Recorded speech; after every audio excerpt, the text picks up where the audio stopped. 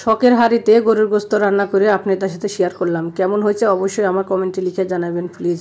আসসালামু আলাইকুম, কেমন আছেন সবাই? আলহামদুলিল্লাহ, আল্লাহর অশেষ রহমতে আমি খুবই ভালো আছি। তো আমি গরুর গোশত আজকে রান্না করব হচ্ছে আমার ছোট্ট একটা মিনি কুকার। ওটা আমার স্বামী আমাকে এনে দিছে। আমার খুবই শখের একটা হাঁড়ি এবং খুবই প্রয়োজনীয়।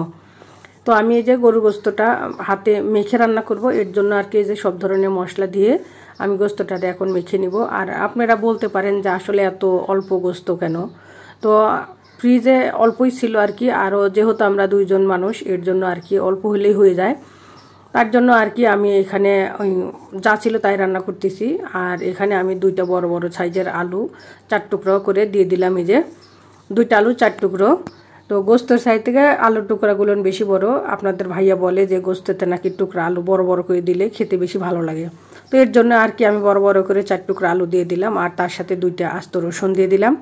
আস্ত রসুন কিন্তু গোস্তর মানে টেস্টটা অনেকটাই বেড়ে যায় দিলে, আর হচ্ছে খেতেও কিন্তু খুবই ভালো লাগে।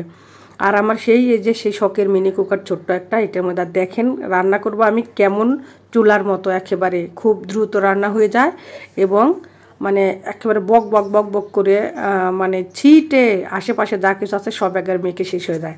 আর পাশে আমি রাইস কুকারে ভাত বসা দিছি, ওখানে ভাত হচ্ছে, এখানে আমার মানে তরকারি রান্নাটা হচ্ছে। তো আমি পেঁয়াজটা সবসময়ের জন্য গোস্ততে আমি কিন্তু ভেজে দেওয়ার ট্রাই করি, যেহেতু কাঁচা একটা স্মেল থাকে পেঁয়াজের। সেক্ষেত্রে আমি কিন্তু গোস্ত হাতে মেখে রান্না করলেও পেঁয়াজটা কিন্তু মানে বাগারে ভেজে দিয়ে দিই, তাহলে কিন্তু ওই কাঁচা স্মেলটা আর থাকে না। সেক্ষেত্রে আমি গোটা মশলাগুলো আর জিরে তেজপাতা দিয়ে ফোড়ন দিয়ে পেঁয়াজগুলো ভেজে নিয়ে এরপরে সেই ম্যারিনেট করে রাখা এই যে গোস্তগুলো এখন দিয়ে দিচ্ছি। তো আমার কাছে মনে হচ্ছিল যে একটু হয়তো ঝালের পরিমাণটা কম হবে, এর জন্য কিন্তু আমি আরও একটু গুঁড়ামরিচ ওর পাশে অ্যাড করে দিয়েছিলাম। তো দিয়ে আমি এখন দেখেন, আর পুরো ভিডিওটা দেখতে থাকবেন, অবশ্যই কিন্তু ভালো লাগবে আর বুঝতে পারবেন যে আসলে এই কুকারটা কত প্রয়োজনীয়, কত কাজে আসে।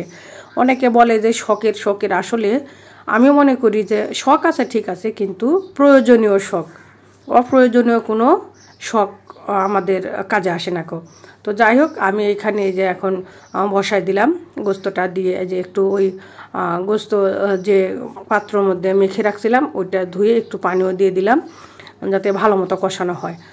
তো দিয়ে আমি এখন ঢেকে রাখবো। আর হচ্ছে এই মিনি কুকারটা কোন কোন আপুর আছে অবশ্যই আমাকে কমেন্ট করে জানাইবেন যে আপনারা কি কি রান্না করেন। আমি তো এখানে মাছ গোস্ত বা এখানে কিন্তু আমি করলা ভাজি পর্যন্ত করেছি, তো খুবই ভালো হয়েছে। এখানে খিচুড়ি, বিরিয়ানি বা হচ্ছে পায়েস রান্না করছি, সেমাই রান্না করি, মানে এখানে আমি সব কিছু রান্না করি। আমার কাছে খুবই ভালো লাগে, এটা ছোট্ট একটা জিনিস রান্না করতে আমার কাছে মানে ক্যারি করতেও বেশি ঝামেলা না, আর অল্প জায়গার মধ্যে হয়ে যায়, খুবই ভালো লাগে।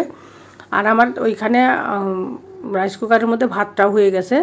আমি ওই রাইস কুকারটা বন্ধ করে রাখছি, রেখে ওই যে ঢেকে রাখছি, ওটা ভাপে আছে ভাতটা। একটু ভাপে থাকলে ভালো মতো পাতিলের তলায় কিন্তু ওই হাঁড়িটার তলায় লাগে না, ওইটা উঠে যায় একেবারে। আর আমার এই রাইস কুকারটাও এত ভালো, অনেক বয়স কিন্তু আমার রাইস কুকারটা। এটা হচ্ছে 2020 সালে কিনা, এখন পর্যন্ত মনে হয় একেবারে নতুন আছে। আর রান্নার শেষে একেবারে গামলার মধ্যে ভাত ঢাললে আর কিচ্ছু চামিচ লাগে না, এমনি কাত করে ঢালা হয়ে যায়, একেবারে সব চলে যায়, মানে ধোয়ার মতো হয়ে যায়, এত সুন্দর আর কি ভালো।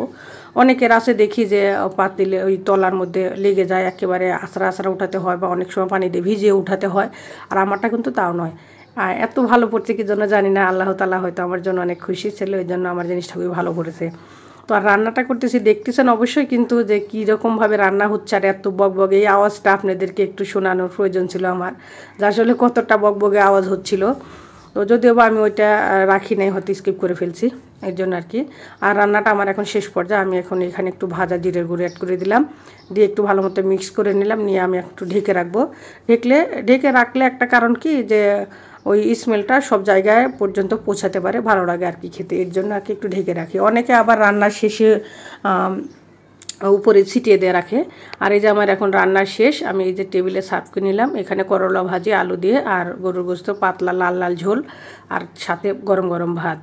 তো কার কার খেতে ইচ্ছে করতেছে অবশ্যই বাসায় রান্না করে খাবেন। আর সবাই ভালো থাকবেন। আল্লাহ হাফেজ, আসসালামু আলাইকুম।